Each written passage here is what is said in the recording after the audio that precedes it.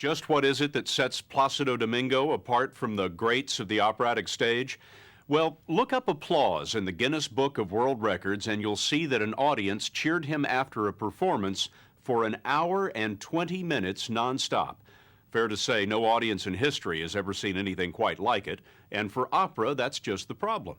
After Domingo, then what? He hits a note like a home run over the cheap seats. There's no mic, no amp, just the voice. Almost everyone would agree that voice is among the greatest on earth. Everyone, that is, except Domingo himself.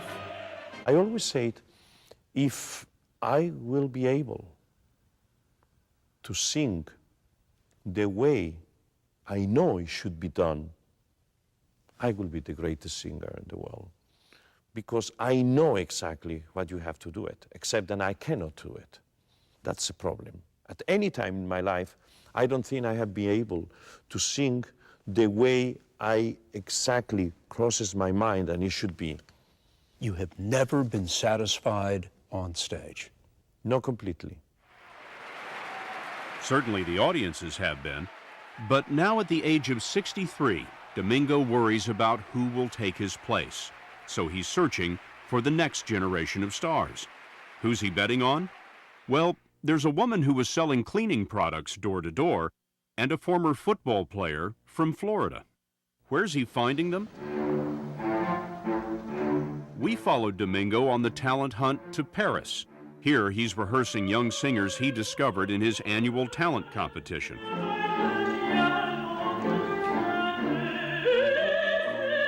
It's called Operalia, sort of his own version of American Idol.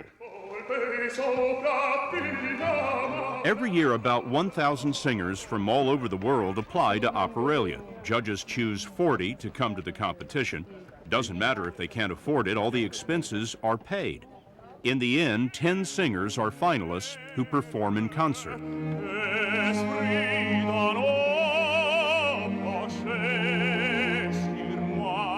If you had not met him, where would you be tonight? Probably in Florida. At home.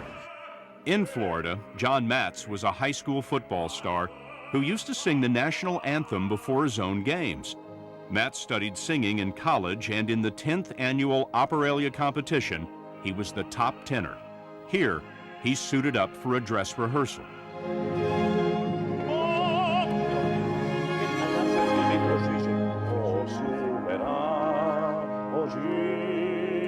I just have such a great respect for him. I mean, he's a hero.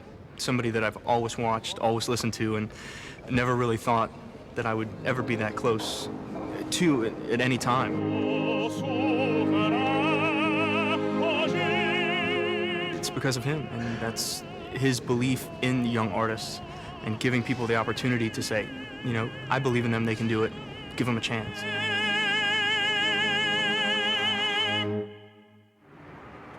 Later that night, Paris gave Plácido's protégés a chance, and by the end, stars were born.